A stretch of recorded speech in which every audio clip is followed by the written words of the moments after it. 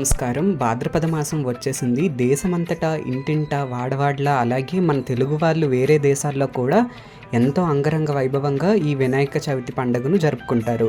విఘ్నేశ్వరుడు అంటే విఘ్నాలకు అధిపతి అని అర్థం. మనం తలపెట్టే కార్యం విజయంగా అవ్వాలన్నా విఘ్నేశ్వరుడికి పూజ చేసుకోవాలి.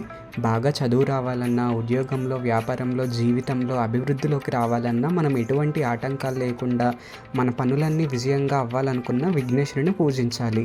అలాగే అందరికీ కూడా ఎవరైతే వినాయకుడిని పూజిస్తున్నారో, మండపాలు పెడుతున్నారో వాళ్ళకి అందరికీ కూడా ఒక చిన్న విన్నపం ఏంటంటే, వినాయకుడి నవరాత్రులకి సౌండ్ బాక్సెస్ పెట్టి సాంగ్స్ వేసి పెడతారు.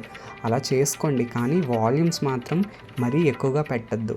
వేరే వాళ్ళకి చాలా డిస్టర్బెన్స్ అవుతుంది. ముఖ్యంగా ముసలి వాళ్ళకు, అలాగే కడుపుతో ఉన్న గర్భిణీ స్త్రీలకు, అలాగే కడుపులో ఉన్న బిడ్డకు, చిన్నపిల్లలకి, అలాగే అనారోగ్య సమస్యలతో బాధపడుతున్న వారందరికీ కూడా ఇబ్బంది అవుతుంది.